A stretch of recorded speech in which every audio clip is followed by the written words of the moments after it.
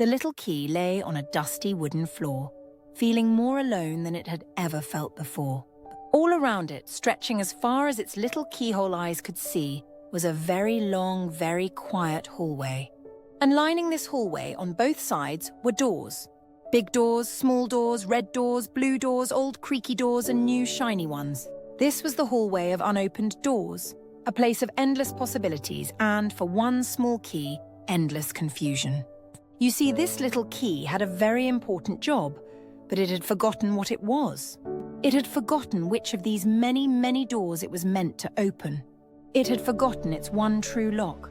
And so it just lay there, feeling useless and a little bit sad, its once shiny brass now dull with dust.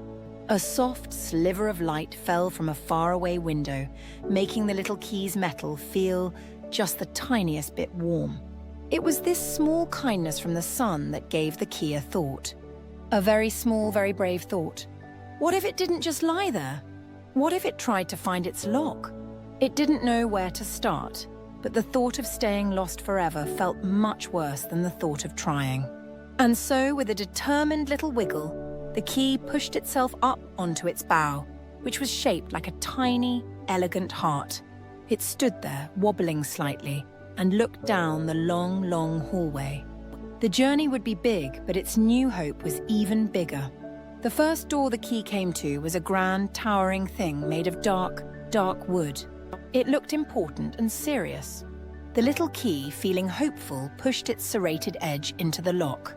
It wiggled and jiggled, trying its very best to turn. But the lock was old and stubborn, and the key simply did not fit. It was not a match. The key felt a pang of disappointment, a sinking feeling in its metal. But as it pulled itself free, it noticed something it had missed before.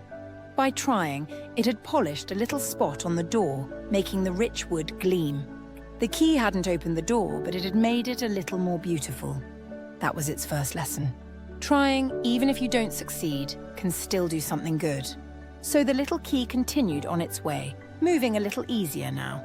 It wasn't just looking for its lock anymore. It was also looking for ways to help.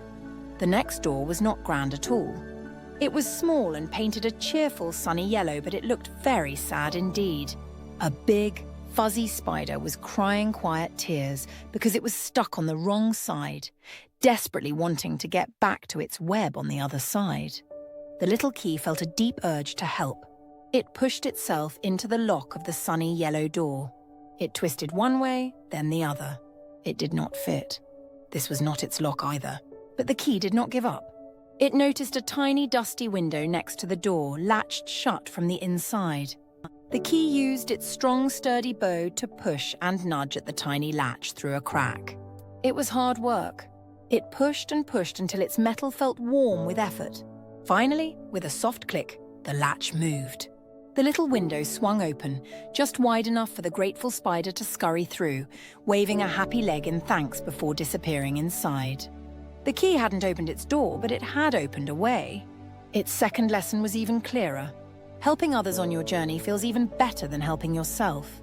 Feeling warmer and brighter inside than any sunbeam could make it, the key journeyed on. It passed many more doors, trying some and helping others where it could. It helped nudge a loose nail back into place on a rickety gate, and it used its point to carefully untangle a knot of thread that was stuck on a doorknob. With every act of trying and helping, the little key felt less and less like a lost key, and more like a useful friend. The hallway didn't feel so long and scary anymore. It felt like a place of friends waiting to be made.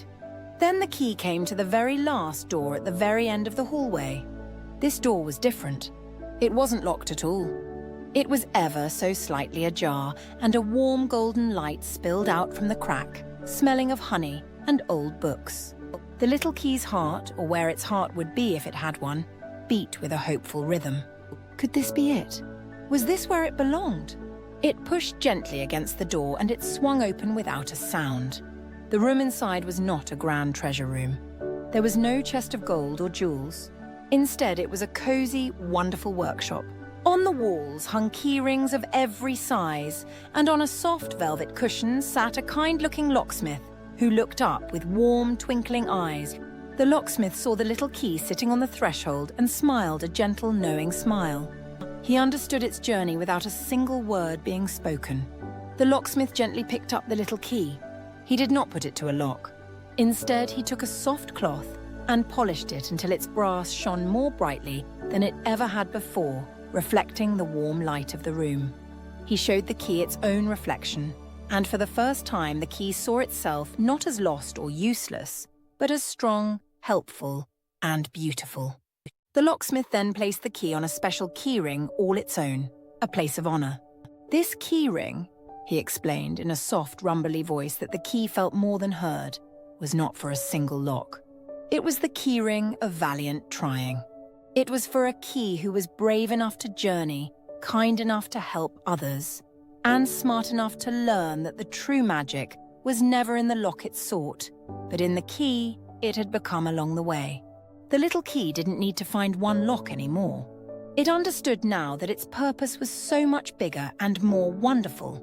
Its purpose was to try, to help, to explore, to be brave. It had not found a lock, but it had found itself. And that was the greatest treasure of all.